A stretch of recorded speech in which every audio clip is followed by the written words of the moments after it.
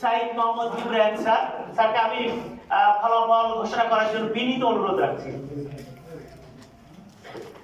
অসংখ্য ধন্যবাদ।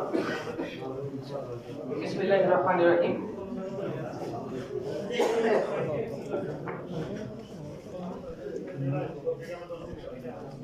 চট্টগ্রাম 2 আসনের 102 নম্বর ভোট কেন্দ্র গোপালঘাটা সিআরসি সরকারি প্রাথমিক বিদ্যালয় এর ফলাফল ঘোষণা করছি। মোট ভোটার সংখ্যা 3004। প্রতিদ্বন্দ্বী প্রার্থীর নাম আহমেদ কবির, ফুটবল প্রতীকে বৈধ ভোট পেয়েছেন 1টি। জিনাত আক্তার, প্রতীক হরিণ, কোনো ভোট পাননি। মোহাম্মদ গোলাম নওশের আলী, কলম মার্কা, কোনো ভোট পাননি। মোহাম্মদ জুলফিকার আলী মান্নান, হাত পাখা, ভোট পেয়েছেন 1টি।